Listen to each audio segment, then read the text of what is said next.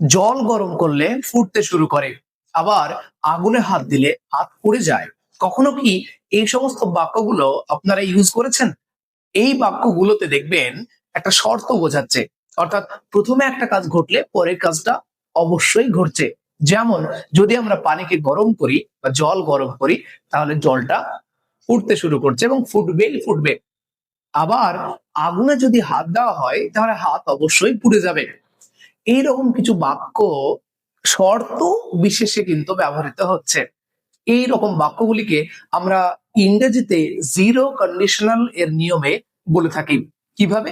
যেমন, if you touch the fire it burns, if you do not water plants they die. যদি আমরা গাছে জল না দিই তাহলে গাছ মারা যায়। অর্থাৎ প্রথম কাজটা যদি হয় পরের কাজটা অবশ্যই হবে, এই রকম বোঝালে সেটা জিরো কন্ডিশনালের মধ্যে পড়বে।